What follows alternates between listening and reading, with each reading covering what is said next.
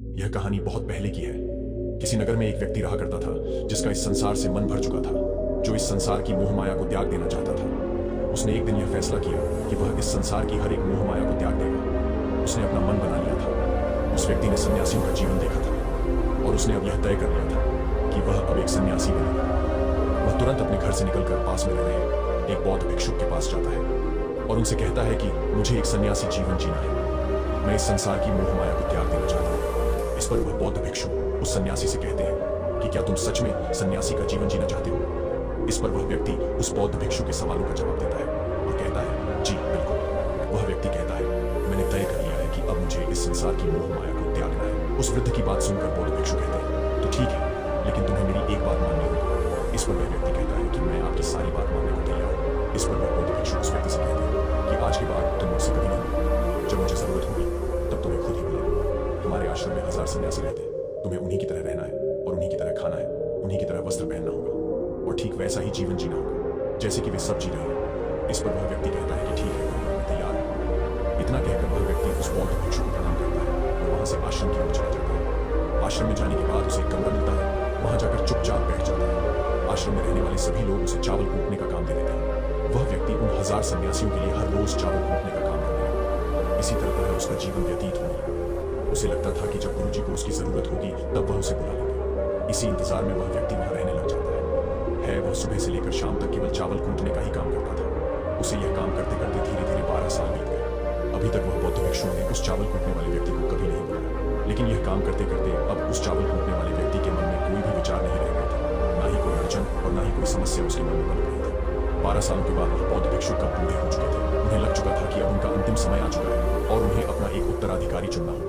इसीलिए उन्होंने पूरे आश्रम में घोषणा करवा दी कि जो कोई भी मेरा उत्तराधिकारी बनना चाहता है वह देर रात में मेरे कमरे के बाहर 4 पंक्तियां लिखकर जाएगा और उसे उन पंक्तियों में बताना होगा कि जीवन जीने का सही तरीका क्या है, इस जीवन को किस तरीके से जीना सही है, इस जीवन का सत्य लिखना होगा। लेकिन एक बात याद रखना, उसे खुद के अनुभव के द्वारा लिखना होगा। किताब में कही हुई बातों को नहीं लिखना होगा या कहीं से नकल मारकर नहीं लिखना है। जो भी यह बताने में सफल हो जाएगा वही मेरा उत्तराधिकारी होगा। आश्रम में जितने भी लोग रह रहे थे वह सब उस बौद्ध भिक्षु को बहुत मानते थे।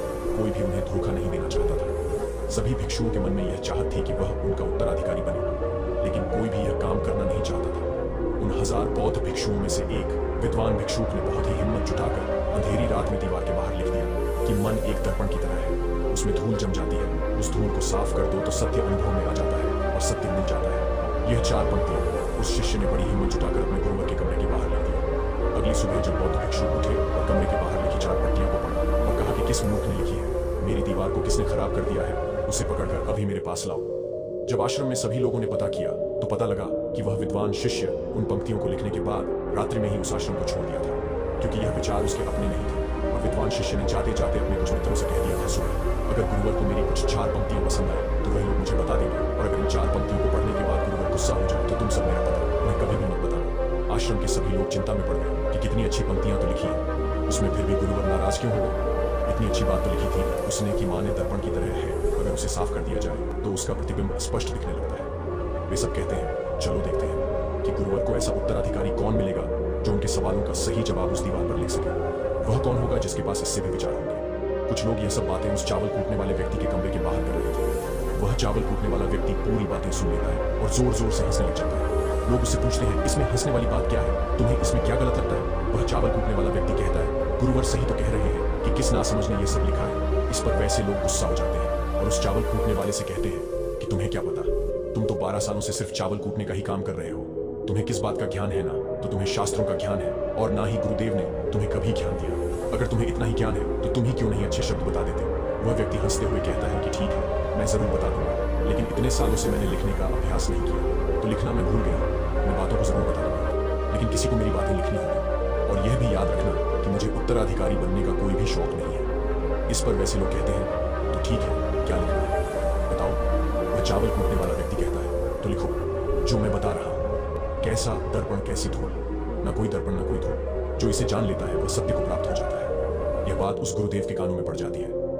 आधी रात को वह गुरुदेव उस चावल कूटने वाले व्यक्ति के पास आते हैं और उससे कहते हैं कि तुम यहाँ से चले जाओ, वरना यहाँ पर रहने वाले आश्रम के सभी 1000 लोग तुम्हें छोड़ेंगे नहीं। ये जोगा ले लो, तुम मेरा उत्तराधिकारी बनना चाहो या ना चाहो, इससे कोई फर्क नहीं पड़ता। तुम उत्तराधिकारी बनो या ना बनो, लेकिन जो शब्द तुमने कहे थे वही शब्द बिल्कुल सत्य है और जीवन के अनुभव को दर्शाते हैं। इसलिए मन ही मन मैं तुम्हें अपना उत्तराधिकारी मान लिया। और अगर यह बातें उन 1000 आश्रम वाले लोगों तक पहुंच जाएंगी तो वह सब तुमसे चलने लगेंगे और तुम्हें चोट पहुंचाएंगे। ये लोग बर्दाश्त नहीं करेंगे।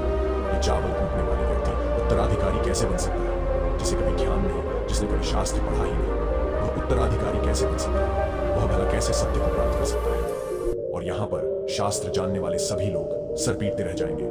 इसलिए तुम यहाँ से चले जाओ, कहीं और अपनी दुनिया बनाओ और वहां के लोगों को ज्ञान से बांटो। इस पर महात्मा बुद्ध ने भी अपने एक शिष्य से कहा, जब तुम्हारे मन के सारे विचार शांत हो जाए, तुम्हारे भीतर विचार आना बंद हो जाए, उस दिन से तुम्हें सत्य का अनुभव हो जाए। तुम सत्य का अनुभव करोगे, खुद को भी और इस ब्रह्मांड को भी समझो पाओगे।